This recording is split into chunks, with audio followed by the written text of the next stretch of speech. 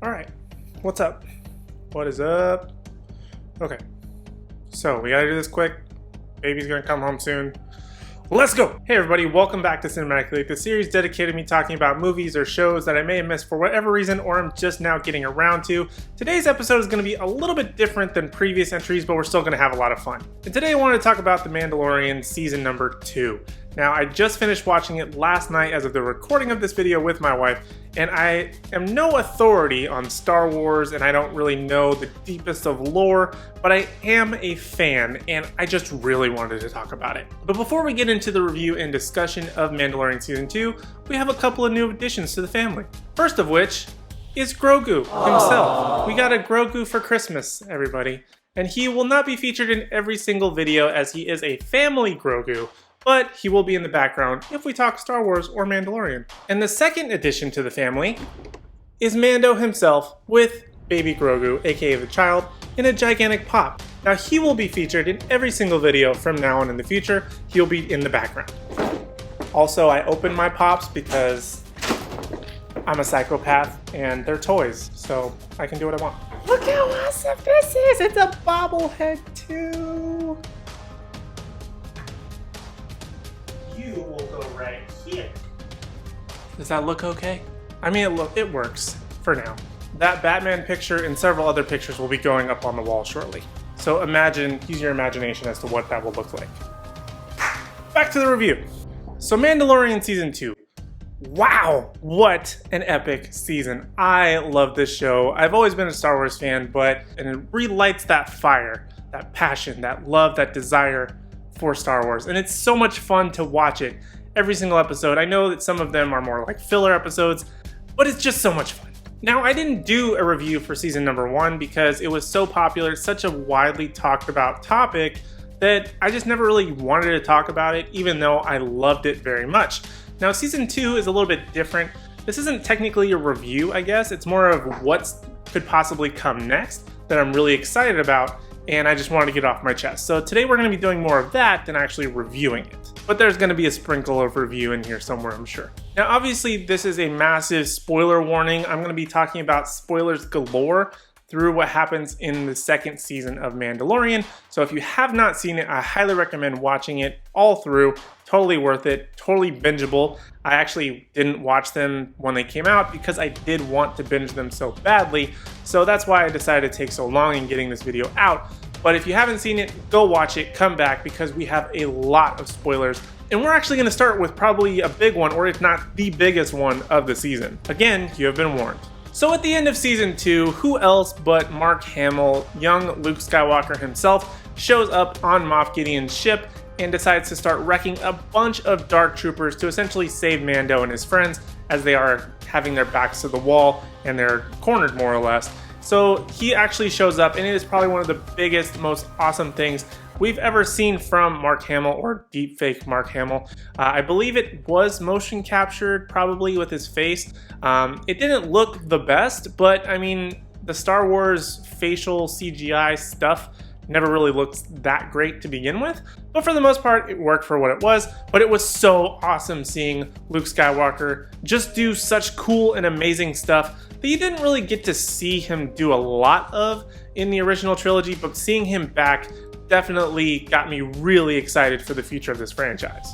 And of course, Luke Skywalker takes Grogu from Mando and decides to go and take him to train him as a Jedi, which, if you didn't get at least a little bit teary-eyed or bawl your eyes out like some other people did during that moment where they sort of decided to separate, you're probably not human. But it was probably one of the most interesting moments and gut-wrenching for sure that I had throughout the entire season. But why I bring this up specifically as my first point is that in season 1, it was such a vital piece of information, so important, that Grogu, aka Baby Yoda, is protected and delivered to where he needs to go, which is Mando's mission. Now in season 2, we saw a lot of progression of that mission, but it's essentially the same story just continued. Now there's a lot more of an attachment between Grogu and Mando, so there's a little bit more tension, a little bit more things that we are pulling for that keeps these two together, because we grew to love them and their connection from the first season, it expands further in the second season. Now that he's been picked up by Luke, although it was very heartbreaking,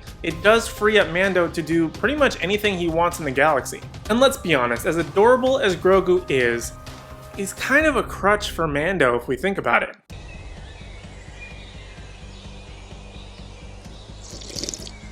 So by freeing Mando of Grogu, again, moment of silence for that moment, it allows for a greater expansion of Mando to go and do other things. He is essentially a space cowboy for the most part. Although Han Solo is technically probably the original space cowboy in Star Wars, Mando pretty much fulfills that role. He's basically if Buzz Lightyear and Woody were smashed together. That's what Mando is. But my point is that he won't be constantly hunted because of his connection or what he is constantly carrying, which is Grogu, which is probably one of the most sought after things in the galaxy that we've seen in quite a long time. I mean, one of the best things about this series is how independent each episode kind of is. Now don't get me wrong, there is an overarching story that spans the entire season in terms of what needs to happen or continuation into things that may roll into the next season. Every single thing is a different mission. It's basically a side quest. Every single episode is a side quest to what Mando's greater mission is.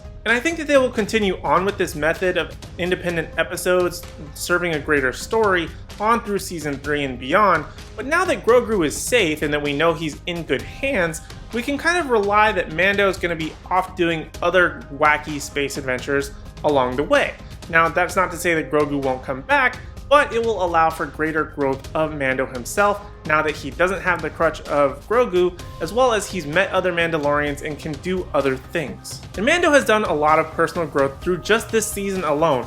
Not only did he take his helmet off several times, and we did actually see his face this time, but we also met other Mandalorians and has grown through other influences of their own, as they are from other factions within the Mandalorians themselves, including Boba Fett and Bo-Katan, which we'll talk about in just a few minutes. But the fact that he is now outside of his own comfort zone, that he is interacting with other Mandalorians, he may become a little bit less strict in a lot of the things that he's been putting himself through these rigorous tasks and these other hurdles that he has to overcome, such as constantly wearing his armor and relying on it so heavily. Because it is essentially the strongest thing in the galaxy other than like a lightsaber, and it can even stop lightsabers, I feel like that they're going to have to take that away sometimes. They actually did it this season, which was very nice to see. He didn't always have to rely on it, but because he now has to overcome the obstacle, he can blend in. He can do other things. But there's a caveat to that as well, and one of the times that he took his helmet off, his face was scanned by one of the Empire's machines. So essentially his face is now in the system. So although that allows for him to be a little bit more flexible in some cases, maybe more blend in rather than wearing some metallic shining armor, it also serves the purpose that he can be caught and possibly identified. Now I don't think that his name necessarily came up when his face was scanned, but now that we actually know what he looks like, or the Empire does, it could possibly serve as a big hiccup for him down the road if he does encounter the Empire again, which he most likely will. And by the way, I'm in no way saying that he's going to start going through some sort of identity crisis as to who he believes he is as a Mandalorian. As the saying goes, old habits die hard. I don't think he's going to give up the suit or the helmet by any means anytime soon, but I think that this option does give a little bit more flexibility, that he doesn't always have to wear it for every single mission and doesn't have to be so reliant on it. He can have other interactions. We get to see more Pedro Pascal, which is a massive star, and we just have more fun with Mando being a person in the galaxy, not necessarily this larger-than-life character that is a little bit OP in my opinion. And as I said earlier, not only has he met other Mandalorians, but he's met some pretty big names, including Boba Fett and Bo-Katan. And I think he will continue to rely heavily on these characters. Now, despite the ending of Mandalorian Season 2, where we sort of got to see Boba Fett take over the seat of Jabba the Hutt back on Tatooine, he sort of teases that they're going to have a standalone series called The Book of Boba Fett. But I think that where Mando, we're leaving him, he still is without the Razor Crest, which unfortunately blew up, RIP for that. But I feel like that for the most part, he's going to have to rely on Boba Fett to either get him from A to B sometimes, unless Boba Fett gives him his ship because he's now on Tatooine. which could definitely be a possibility, but I feel like he's going to rely on him sometimes, not all the time, but very rarely, very much like he does on some of the other characters that return in Season 2 that we saw in Season 1, where he may have to go to him for advice or just help in kicking some butt somewhere in order to serve his greater mission. I don't think this is the last we'll see of Boba Fett on The Mandalorian, since he's getting his own series, but I think that he will have to use his help occasionally. And then there's also Bo-Katan, who's another Mandalorian, which there is a lot of unfinished business between her and Mando based on the end of this season, especially concerning the Darksaber. As Mando won the Darksaber from Moff Gideon after fighting each other in battle, he took it away from him, thus Mando became the owner of the Darksaber. Now this becomes a massive problem, especially for Bo-Katan, considering that she wants to restore her claim as one of the top Mandalorians by having the Darksaber. So what she's going to need to do is defeat Mando in combat, despite Mando's best efforts to just give up the saber because realistically he doesn't want it anyway, but she just wants to have that saber to reclaim her birthright as she sees it. Now the way to do that is by winning it in battle by some kind of death, but Moff Gideon lost it without dying. I don't really know how they're going to work it out, but let's just say there's definitely unfinished business there, as I said before. And to bring it back full circle, I think we will most likely see Grogu again. This is definitely not the last time we've seen him. I feel like he's probably one of the most popular characters of pop culture for quite some time, and I don't think he's going anywhere for quite some time as well. But I think that we need a little bit of time away from Grogu for him to go off and get his Jedi training from Luke. Maybe he won't become fully powered by the next time we see him, but I do feel like we'll have a little bit more of a communicative Grogu than we have seen in the past. And if I were to do the writing myself, which unfortunately I'm not, I would say we wouldn't see Grogu for the most of Season 3, if at all.